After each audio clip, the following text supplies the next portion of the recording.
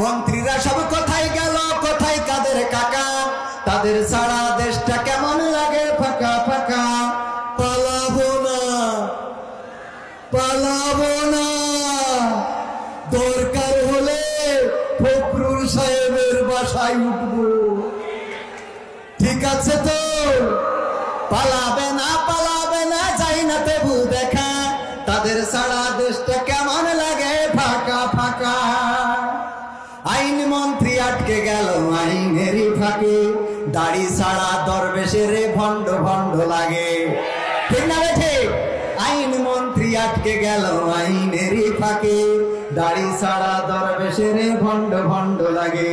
শুনছি কত নেতা নেত্রী হইছে গ্রেফতার, শুনছি কত নেতা নেত্রী খাইতেছে ভাই ডান্ডা।